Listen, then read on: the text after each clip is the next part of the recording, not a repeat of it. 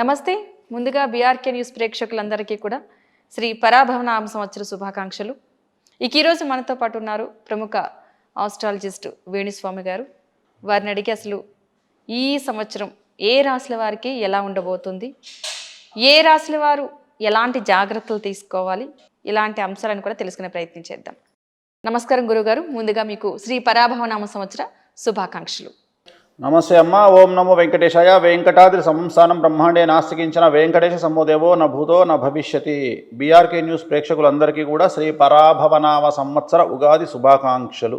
So ముందుగా మనము ఈ సంవత్సరము పరాభవనామ సంవత్సరము సంబంధించినటువంటి ఫలితాలు, సంవత్సర ఫలితాలు అంటారు. సో ప్రకృతి పరంగా ఎలా ఉండబోతా ఉంది అంటే, ఎల్లో కలర్ వస్తువుల పంట ఎక్కువగా పండేటువంటి అవకాశం ఉంది. చామంతి, బంతి, గోధుమలు, తర్వాత పసుపు, ఇవి ఎక్కువగా పండే అవకాశాలు ఉన్నాయి. అలాగే ఈ సంవత్సరము కాలము ముందుకు వచ్చేటువంటి అవకాశం ఉంది. అంటే ప్రకృతిలో కొన్ని సంచలనాలను చూడబోతా ఉన్నాము. ప్రతి కాలం కూడా, ఉదాహరణ ఎండాకాలము అంటే ఒక 1 మంత్ బిఫోర్, వానాకాలం అంటే ఒక 1 మంత్ బిఫోర్, చలికాలం 1 మంత్ బిఫోర్, అలా ముందుకు వచ్చేటువంటి అవకాశాలు ఉన్నాయి.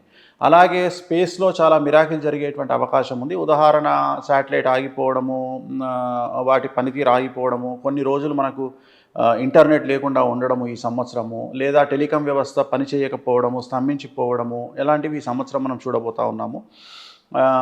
ఎక్కడైతే ఈ సంవత్సరము డబ్బు, పేరు ప్రఖ్యాతులు, సెలబ్రిటీ స్టేటస్ ఉంటాయో వాళ్ళందరికీ ఈ సంవత్సరం సమస్యలు ఉండబోతూ ఉన్నాయి. అంటే ఉదాహరణ సెలబ్రిటీలు అంటే మనకు సోషల్ మీడియా సెలబ్రిటీలు, ఇన్స్టాగ్రాము, ఫేస్బుక్, యూట్యూబ్, వీళ్ళందరూ సెలబ్రిటీలు వస్తారు. ప్లస్ పొజిషన్ అంటే రాజకీయ నాయకులు, సినిమా వాళ్ళు, అలాగే డబ్బు సంపాదించే వాళ్ళు, వ్యాపారస్తులు, ఎంటర్ప్రెన్యూర్స్, ఎవ్రీవన్. సో వీళ్ళందరికీ ఈ సంవత్సరం సమస్యలు ఉండబోతూ ఉన్నాయి. ఇంక్లూడింగ్ మీడియా అధిపతులకు, మీడియాలో పనిచేసేటువంటి స్వయం ప్రకటిత జర్నలిస్టులకు ఈ సంవత్సరము టంగ్ స్లిప్ అవడం వల్ల సమస్యలను ఎదుర్కొనే అవకాశాలు చాలా ఎక్కువగా ఉన్నాయి. అంటే ఎవరైతే వాళ్ళు ఉదాహరణ రాజకీయాల్లో మాట్లాడే వక్తలు అవ్వచ్చు, అంటే వాళ్ళని స్పోక్స్ పర్సన్ అంటాం మనం రాజకీయ పార్టీల్లో. అలాగే ఈ భక్తికి సంబంధించినటువంటి ప్రవచనకారులు. సో ఎవరైనా సరే గొంతుతో పనిచేసే వాళ్లకు ఈ సంవత్సరం సమస్యలు ఉండబోతూ ఉన్నాయి. అంటే వాళ్ళ మాట పొల్లుపోవడం వల్ల, ఒక తప్పు మాట దొరలడం వల్ల వాళ్ళకు విపరీతమైన సమస్యలు. ఎవరైతే స్పీచ్లు ఇచ్చేవాళ్ళు, ఉదాహరణ ఇప్పుడు నిన్న కాకమన్న రాజేంద్ర ప్రసాద్ గారు ఒక మాట టంగు స్లిప్ అయినారు, సమస్యలు ఎదుర్కొంటున్నారు. సో అట్లా ఎవరైనా సరే భక్తి భావంతో మాట్లాడే వాళ్ళు కూడా ఈ సంవత్సరం గొంతుకు పని చెప్పే వాళ్లకు సమస్యలు ఉండబోతూ ఉన్నాయి. పేరు ప్రఖ్యాతి ఉండే వాళ్ళకు సమస్యలు ఉండబోతూ ఉన్నాయి. సో ఏ రంగమైన సెలబ్రిటీలకు ఈ సంవత్సరం సమస్యలు ఉండబోతూ ఉన్నాయి. సో ఇది ఓవరాల్గా ఈ సంవత్సరానికి సంబంధించినటువంటి ఫలితము.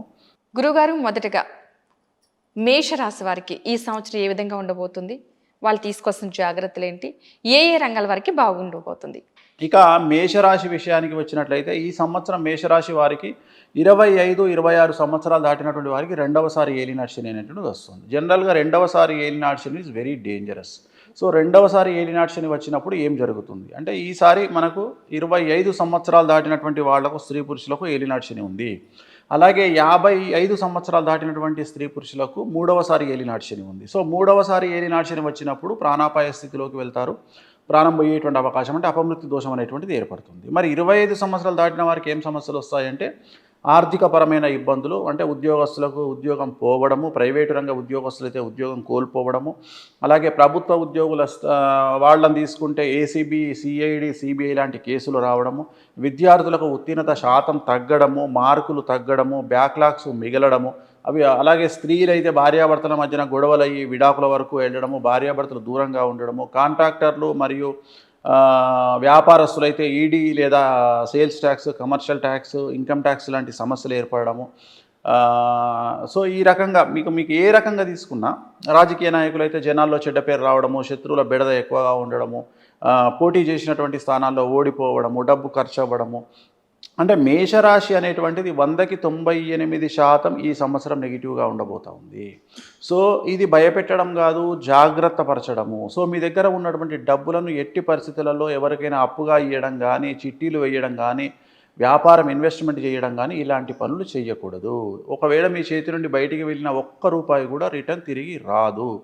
సో అందుకని మీ దగ్గర లిక్విడ్ క్యాష్ ఉంటే, అట్లీస్ట్ మీకు ఉద్యోగం పోయినా, కుటుంబంలో సమస్యలు వచ్చినా ఆ సర్వైవ్ కావాల్సినటువంటి పరిస్థితి, అంటే ఒక సంవత్సరం పాటు బ్రతకడానికి మీరు డబ్బును దాచిపెట్టుకోవాల్సి ఉంటుంది. 2026 అంతా కూడా మీరు ఏదో డబ్బు దాచుకుంటే ఆ డబ్బులు మీకు ఉపయోగపడతాయి. వాటిని తీసుకెళ్ళి అప్పు ఇంట్రెస్ట్ వస్తుంది కదా అని అప్పులకు ఇవ్వడం కానీ, వ్యాపారాలు చేయడం వల్ల నష్టపోయే అవకాశం ఉంది. విద్యార్థులు చెడు అలవాట్లకు దూరంగా ఉండాలి. స్త్రీలు కానీ, పురుషులు కానీ, భార్యాభర్తలు ఒకళ్ళు కోపాన్ని తగ్గించుకోవాలి. ఒకళ్ళు కోపం ఎక్కువగా ఉన్నా ఇంకొకళ్ళు కోపాన్ని తగ్గించుకోవడం వల్ల, సంయమనం పాటించడం వల్ల గొడవలు కాకుండా, విడాకులు కాకుండా ఉండేటువంటి అవకాశాలు ఉంటాయి. అలాగే కళాకారులు, క్రీడాకారులకు సంబంధించినటువంటి అవార్డులు, రివార్డులను వేరే వాళ్ళు తన్నుకుపోయే అవకాశం కనిపిస్తూ ఉంది. రైతులకు మాత్రం ఈ సంవత్సరం బాగుంటుంది. మేషరాశి వారికి 2 పంటల దిగుబడి, రాబడి బాగుంటుంది. ఆదాయం పెరుగుతుంది, అప్పులు తీరుస్తారు, అలాగే ఇంట్లో శుభకార్యాలను నిర్వహిస్తారు. మరి వీరికి సంబంధించిన రెమెడీ ఏమిటి అంటే, తిరునల్లార్ శనీశ్వర ఆలయంలో ప్రత్యేకమైన శని పూజ నిర్వహించడము, అలాగే నలుపు రంగు దుస్తులకు దూరంగా ఉండడం వల్ల మేషరాశి వాళ్ళు వాళ్ళకు వచ్చినటువంటి సమస్యల నుండి బయటపడేటువంటి అవకాశాలు కనిపిస్తూ ఉన్నాయి. చూసారు కదా, గురువుగారు తెలియచేయడం జరిగింది.